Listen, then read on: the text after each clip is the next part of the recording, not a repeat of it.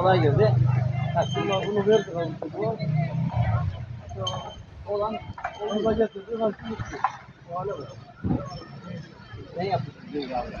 Ben yaparak aldım. Geçtiğimiz pozisyonu kaybetti. Ağaçtan buraya geldi. Orada hiçbir şey fren bile yapamadı. Öyle bak hiç fren var mı? Fren bile yok. Kontrolü kaybetti. Ağaca vurdu. Ağaçtan buraya geldi.